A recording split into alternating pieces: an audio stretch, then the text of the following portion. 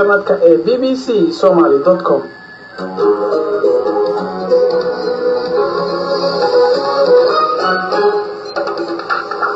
ciyaarihii ugu dambeeyay ciyaarahan isreebreebka koobka adduunka iyo koobka bariga iyo bartamaha Afrika. haddaba Ismaaciil Maxamed Cumar Diyeeshe oo ka tirsanaa kooxda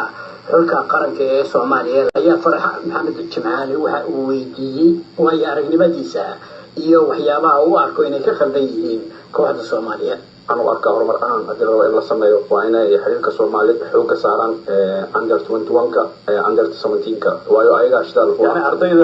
يعني عيارتوي إذا كير تطبيق طبعا كي يكون لبعتن كسنة كير حقاس ويكون أو أشتغل أو قرن كوين أو مانت أو في الصلاة عيارتوي كسب ولا كرو عيارتوي مانت ديار لقى مهلا أو سهل هل إلا ما كذي أكاري كرتا يروح أما أجون كودن لكن adigu hadda waad u soo ciyaartay xulka qaranka ee dhowr sano dhibaatada hadda wax soo baxay ma aha ilaa intaas oo sanado hadda la soo gudbay way jirtay Soomaaliya dhibaatada haysatay ciyaaraha Soomaaliya marka la eego caalamiga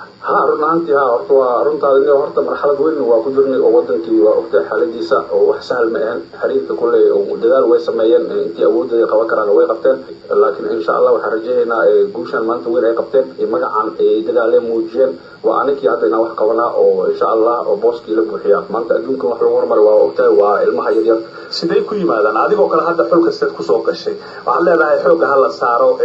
jiilkii yaraa 17 sano iyo wixii ka yar ilmaha la soo dhisa marka hore laakiin kooda hore sidee ku soo galaan horta xulka والله waxay ku soo galaan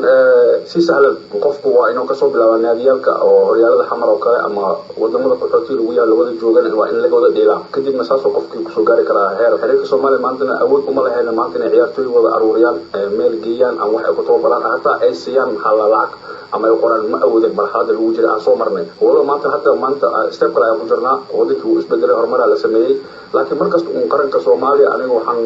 kulay waa arrimahan waa olaya sportiga kula tarin lahay inay xoog saaray ilmaha yaryar see loo saaraya marka waxa leedahay ilmo yaryar oo hadda